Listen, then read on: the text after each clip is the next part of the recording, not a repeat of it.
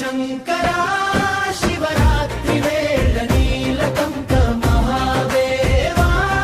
నీవే మగాది వెల డుమరుక ధ్వని నడుమ నర్తించునాదా కైలాస కరుణా సముద్ర చంద్రకళలలాటాన